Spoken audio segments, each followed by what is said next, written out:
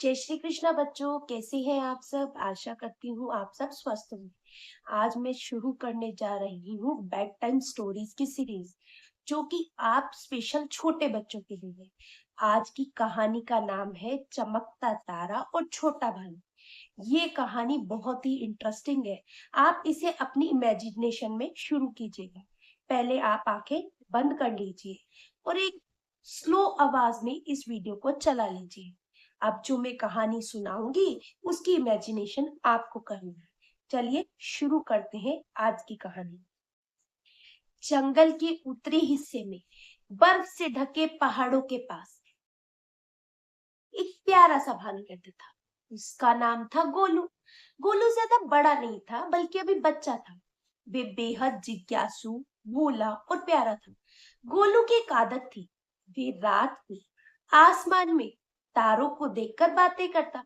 वे बिस्तर पर लेटकर ऊपर हाथ कर कर हिलाता और कहता, ओ प्यारे तारो, तुम कितने चमकते हो, तुम कैसे चमकते हो, क्या तुम मुझसे दोस्ती करोगे।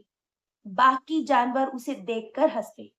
बंदर मोंटी कहता, अरे गोलू, तारे तो बहुत दूर है, उनसे कोई बातें करता है क्या, तू तो पागल हो गया। तोता पप्पू चहकता, हाँ हाँ, तेरी आवाज वहां तक नहीं जाएगी, तू एक छोटा सा भालू है और वो तारे।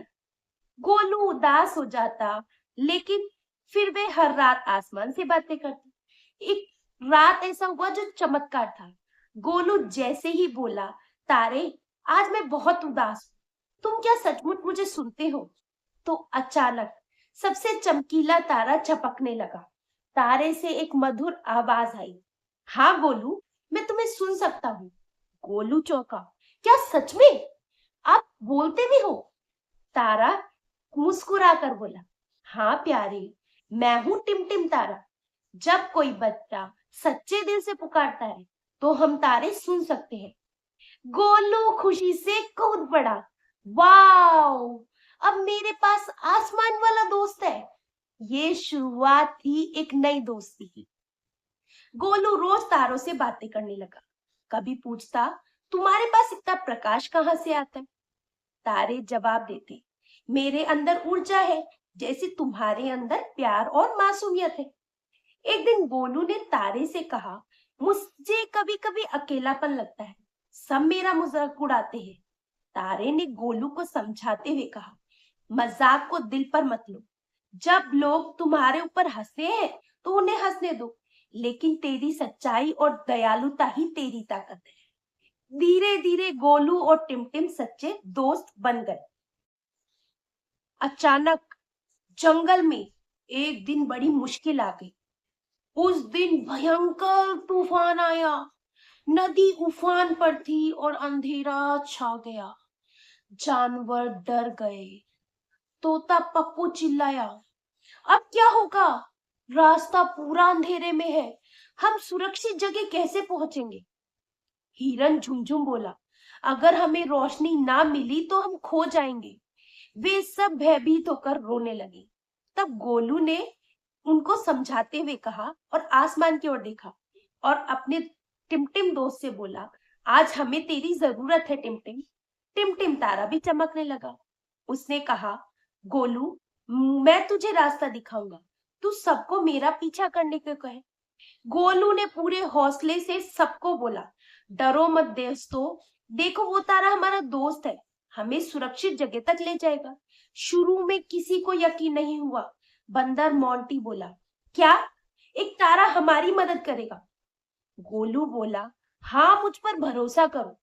अचानक सभी तारे एक साथ हो गए, जिससे प्रकाश जो था वो तेज हो गया। गोलू ने सबको एक पंक्ति में चलने को कहा। टिमटिम तारे ने आसमान में चमकते हुए अपनी रोशनी जंगल की पगडंडी पर बिखेर दी।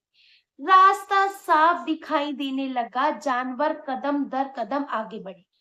जहां नदी थी वहां तारे की रोशनी पानी पर बिल्कुल ऐसे लग रही थी जैसे पुल बन गया। सब जानवर सुरक्षित पार हो गए। आखिरकार एक सुरक्षित गुफा में जाकर रुक गए। अब इस गुफा में सब लोग सुरक्षित थे। तूफान थमने के बाद सब जानवर खुश होकर बोले, घोलू, तूने हमें बचाया। हाथी गजादर बोला, हम सोचते थे कि तेरी बातें बेकार हैं, लेकिन तेरे तारे ने तो चमत्कार कर दिया। तोता पप्पू बोला, अब हम तेरा मजाक नहीं उड़ाएंगे, तू सचमुच बहादुर है। गोलू ने आसमान की ओर देखा और मुस्कुराकर बोला, धन्यवाद दोस्त। आसमान से रोशनी और ज्यादा चमक उठी, जैसे टिमटिम जवाब दे रहा। सच्ची दोस्ती कभी दूर नहीं होती, चाहे आसमान और जमीन के बीच कितनी भी दूरी क्यों ना। अब इस कहानी से शिक्षा मिलती है कि सच्ची दोस्ती कितनी भी दूर हो, तभी भी निभाई जा सकती है। जो व्यक्ति दिल से साफ और साहसी होता है, संकट के समय सबका मार्गदर्शन करता है। कहानी से दूसरी शिक्षा जो मिलती है वो ये है कि लोग तुम्हारा मजाक बनाते हैं, उन पर रिएक्ट करना बंद कर दो। अपने काम पर ध्यान रखो, एक दिन आएगा जब सब लोग मानेंगे कि तुम सही थे। आशा करती हूँ दोस्तों आपको ये कहानी अच्छी लगी होगी।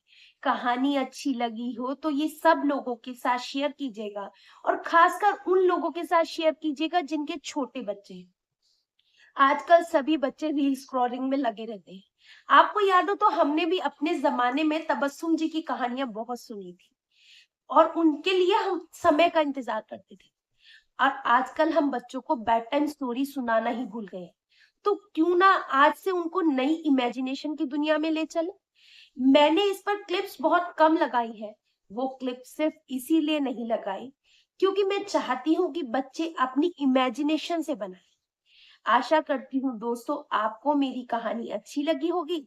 अगर कहानी अच्छी लगी तो शेयर एंड फॉलो जरूर कीजिएगा, और कमेंट में जरूर बताइएगा कि कहानी में क्या कमी रही, जिससे मैं उसे सुधार सकूं। धन्यवाद।